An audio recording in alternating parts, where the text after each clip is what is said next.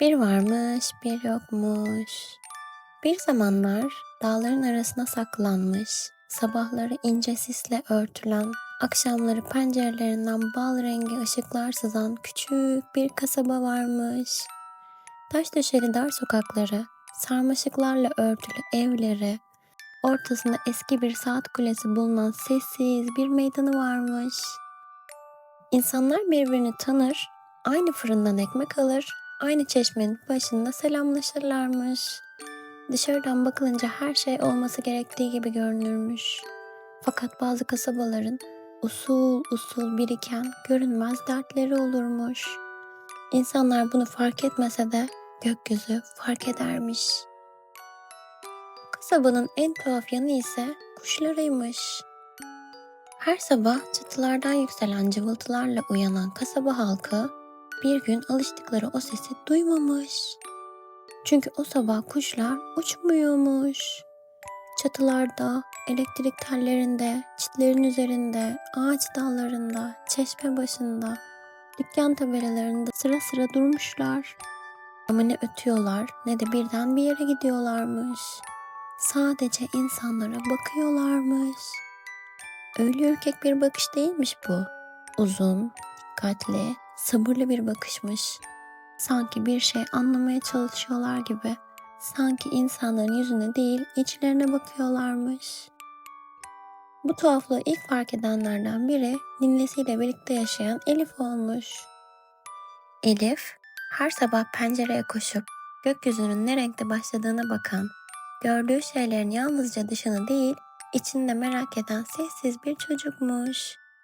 Perdeleri araladığında karşı çatıda dizilmiş serçeleri görmüş.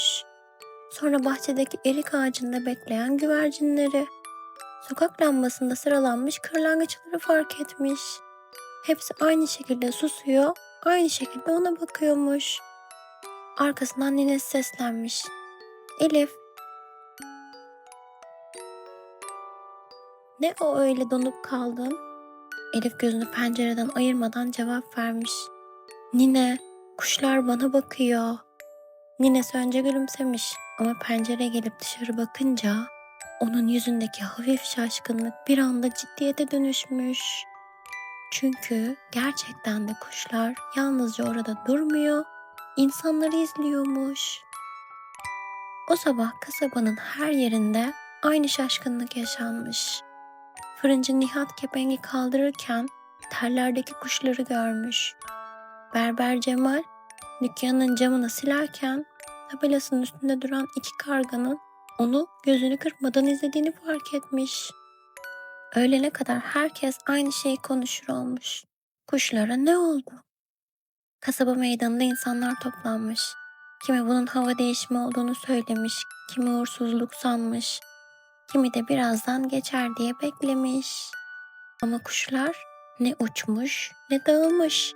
Sadece durmuşlar ve bakmışlar. Elif de ninesiyle birlikte meydana gitmiş.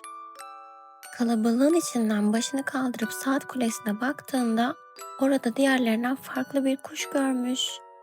Büyük, koyu renkli, lacivert tüyleri olan bir kuşmuş bu. Ne tam kargaya benziyormuş ne de başka bir kuşa. Başını çok az hareket ettiriyor ama sanki her şeyi görüyormuş.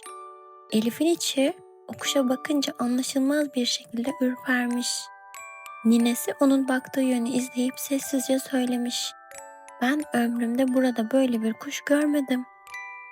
Gün geçtikçe kasabadaki huzursuzluk büyümüş. İşler yapılmış, dükkanlar açılmış, çocuklar okula gitmiş. Ama herkes başını kaldırıp tekrar tekrar kuşlara bakmış. Çünkü insan kendisini izleyen bir sessizliğin içinde rahat edemezmiş. Akşam olduğunda Elif penceresinden dışarı bakarken hala aynı kuşların sokak lambalarında durduğunu görmüş. Tam yatağına dönmek üzereyken saat kulesinin tepesindeki o büyük koyu kuş havalanmış. Tek başına ağır ama kararlı bir şekilde kasabanın dışındaki eski koruluğa doğru süzülmüş. Elif o anda karar vermiş. Ertesi gün o kuşu takip edecekmiş. Sabah erkenden evden çıkarken ninesi ona dikkatle bakmış. Elif tam gerçeği söylemese de ninesi onun sıradan bir yürüyüşe gitmediğini anlamış. Ama sadece omzuna dokunup şunu söylemiş. Gördüğün her şeyin ilk anlamına inanma. Bazı şeyler göründüğü gibi değildir. Ama kalbin daralırsa geri dön. Elif başını sallayıp kasabanın dışındaki eski kuruluğa doğru yürümüş. Orası gündüz vakti bile biraz gizemli görünen, yüksek ağaçların gölgelerinin toprağa ağır ağır yayıldığı, rüzgarın bile daha yavaş estiği bir yermiş. Elif ilerledikçe yerde tuhaf şeyler görmeye başlamış. Kırılmış küçük bir ayna parçası, eski bir saç tokası, paslı bir düğme, kurumuş bir çiçek, yarısı yazılmış bir kağıt. Sanki birileri insanların hayatından küçük parçalar toplayıp buraya bırakmış gibiymiş. Koruluğun iç kısmında kurumuş kestane ağacının dalında o büyük koyu kuşu görmüş. Kuş kaçmamış. Elif ürkse de geri dönmemiş. Beni mi çağırdın diye sormuş. Kuşun gagası kıpırdamamış ama Elif sesi kendi zihninin içinde duymuş. Ben seni çağırmadım demiş ses. Sen bakmayı bırakmayanlardansın. O yüzden geldin. Elif'in kalbi hızla atmaya başlamış. Kuşlar neden insanlara bakıyor diye sormuş. Kuşun cevabı ise kısa ama ağır olmuş. Çünkü insanlar birbirine bakmayı unuttu. Elif kaşlarını çatmış. İnsanlar birbirini görüyor ya. Yüzlerini görüyorlar demiş kuş. Ama içlerini görmüyorlar. Sözlerini duyuyorlar ama dertlerini duymuyorlar. Aynı evde yaşayıp birbirlerinden uzak kalıyorlar. Aynı masaya oturup aynı kalbe varamıyorlar. Biz kuşlar insanların içinde kalan, söylenmeyen, fark edilmeyen şeyleri toplarız. Bu kasabada çok şey birikti. Elif korulukta gördüğü küçük eşyaları o an anlamaya başlamış. Uzun süre konuşamamış. Çünkü bu sözler masal gibi tuhaf ama gerçek gibi tanıdık gelmiş. Son zamanlarda herkesin biraz daha yorgun, biraz daha dalgın, biraz daha kendi içine kapanmış olduğunu o da fark etmiş aslında. Ne yapmam gerekiyor diye sormuş sonunda. Kuş ona dikkatle bakmış. Kasabanın ortasındaki eski çınarın dibine bak. Akşama doğru orada ilk kaybolan şeyi bulacaksın demiş. Ve sonra kanatlarını açıp göğe yükselmiş. Elif akşamüstü Çınar'ın yanına gittiğinde önce hiçbir şey görememiş. Ama biraz dikkat edince gövdenin çatlağında sıkışmış küçük bir kağıt bulmuş. Üzerinde çocuk el yazısıyla tek bir cümle varmış. Babam beni duyuyor gibi yapıyor ama aslında duymuyor. Elif'in içi sızlamış. Sonra çevreye daha dikkatli bakmış. Bir kökün dibinde başka bir not bulmuş. O kadar gülüyorum ki kimse üzgün olduğumu anlamıyor. Bir taşın altında üçüncü bir not duruyormuş. Bir kez olsun teşekkür duymak istedim. Elif o anda anlamış. Kuşlar insanların kaybettiği eşyaları değil, içlerinde sakladıkları duyguları topluyormuş. Dışarı çıkmayan kırgınlıkları, görülmeyen yorgunlukları, söylenmeyen cümleleri. Eve döndüğünde notları ninesine göstermiş. Ninesi tek tek okumuş, gözlüğünü çıkarıp derin bir iç çekmiş. İnsanların çoğu anlaşılmak ister demiş. Ama anlamak için durmayı unutur. Belki de kuşlar bize bunu gösteriyor. Ertesi sabah kasabadaki tuhaflık daha da artmış. Çünkü kuşlar bu kez sadece bakmıyor, insanların kapıların önüne küçük şeyler bırakıyormuş. Kimi evin eşiğinde eski bir mendil, kimi pencerede kurumuş bir çiçek, kimi merdivende çocukluktan kalma bir düğme, kimi kapının önünde minicik bir not. Ve bırakılan her şey o evde yaşayan birinin kalbine dokunuyormuş. Terzi Sabri kapısında yıllar önce ölen eşinin ilk diktiği mendili bulunca dükkanını açamamış.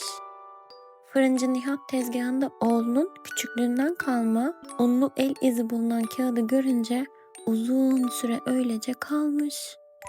Öğretmen Feride Hanım penceresindeki küçük notu okuyunca bir öğrencisinin yıllar önce neden sessizleştiğini geç de olsa anlamış. Kasabada bir şey çözülmeye başlamış. Ama Elif biliyormuş ki kuşlar yalnızca hatırlatıyormuş. Asıl yapmaları gerekeni insanlar yapmalıymış. O akşam herkes meydanda yine kuşları konuşurken Elif eski çınarın dibinde yüksekçe bir taşın üstüne çıkmış. Çocuk olduğu için önce kimse ona dikkat etmemiş. Elif'in sesi sakin ve netmiş. "Bu kuşlar bize zarar vermek için gelmedi," demiş. "Bize baktılar çünkü biz birbirimize bakmayı bıraktık. Herkesin içinde bir söz kaldı. Herkes bir şey bekledi ama söylemedi. Herkes duyulmak istedi ama başkasını gerçekten dinlemeyi unuttu. Kuşlar kapılarımıza unutulan şeyleri bıraktı. Çünkü bize neyi kaybettiğimizi göstermek istiyorlar." Meydandaki kalabalık sessizleşmiş. Elif devam etmiş. "Belki bugün ilk kez gerçekten sorarız. Sen nasılsın? Belki cevabı bekleriz. Belki bir özür söyleriz. Belki bir teşekkür ederiz. Belki aynı evde yaşadığımız insanı ilk kez gerçekten dinleriz." Bu sözlerden sonra öyle bir sessizlik olmuş ki rüzgar bile duruyormuş sanki. Sonra kasabanın en aksi adamı sayılan Terzi Sabri öne çıkmış. Kalabalığın ortasında oğluna dönmüş. Sesi kalın ama kırılganmış. "Ben sana hep iş öğretiyorum sandım," demiş. "Sevgimi göstermemeyi ciddiyet sandım. Uzun zamandır sana bir kez olsun eline sağlık demedim. Bu benim ayıbım." Bu söz meydanda bir kapı açmış sanki. Başkaları da konuşmaya başlamış. Kimi annesine sarılmış, kimi çocuğuna dönmüş, kimi dostundan özür dilemiş, kimi yıllardır içinde sakladığı yorgunluğu ilk kez söylemiş. Kimi yalnızca sessizce bir el tutmuş. İnsanlar ilk kez gerçekten birbirine bakmış ve tam o sırada kuşlar kıpırdanmış. Önce bir serçe havalanmış, sonra iki güvercin, ardından ağaçlardaki, tellerdeki, çitlerdeki bütün kuşlar gökyüzüne usul usul yükselmişler. Bu bir kaçış değilmiş. Sanki bekledikleri şey olmuş da artık gidebilir hale gelmişler gibi. Hafif ve düzenli bir yükselişmiş bu. En sonda saat kulesindeki o büyük koyu kuş havalanmış. Gökyüzünde geniş bir daire çizmiş. Sonra aşağıda Elif'e bakmış. Elif o sesi son kez zihninde duymuş. Ağırlık hafifledi. "Ellerinizdekini görüyor musunuz?" diye sormuş Elif içinden. "Bazılarını," demiş kuş. "Bazılarını siz taşıyacaksınız. Ama artık farkında olarak." "Bir daha gelir misiniz?" diye sormuş Elif. "İnsan unuttukça biz geliriz. İnsan hatırladıkça biz sadece şarkı söyleriz." Sonra kuş da ötekilerin ardından göğe yükselmiş ve akşamın altın rengine karışmış. O günden sonra kasaba bir anda kusursuz olmamış. İnsanlar yine yorulmuş, yine acele etmiş, yine bazen birbirini eksik anlamış. Ama artık bazı şeyler değişmiş. Fırında selamlar daha içten verilmeye başlamış. Öğretmen Feride Hanım derslerden önce çocuklara bazen "Bugün kalbinizin rengi ne?" diye sorar olmuş. Terzi Sabri oğlunun güzel bir işini görünce boğazını temizleyip utanarak da olsa güzel olmuş demeyi öğrenmiş. Ve insanlar birbirinin yüzüne bakarken yalnızca gözlerini değil halini de görmeye çalışır olmuş. Elif ise her sabah yine pencereye gidip gökyüzüne bakarmış. Kuşlar yeniden normal kuşlar gibi uçuyor, ötüyor, kırıntı peşinde koşuyormuş. Ama bazen saat kulesinin tepesinde koyu renkli bir gölge görür gibi olurmuş. Ve kasabada o günden sonra şu sözler söylenir olmuş. Kuşlar yeniden insanları izlemeye başlamadan önce insanlar birbirine bakmayı unutmamalı. Masal burada bitmiş ama göğe dikkatle bakanlar için aslında hiç bitmemiş. İyi geceler, tatlı rüyalar.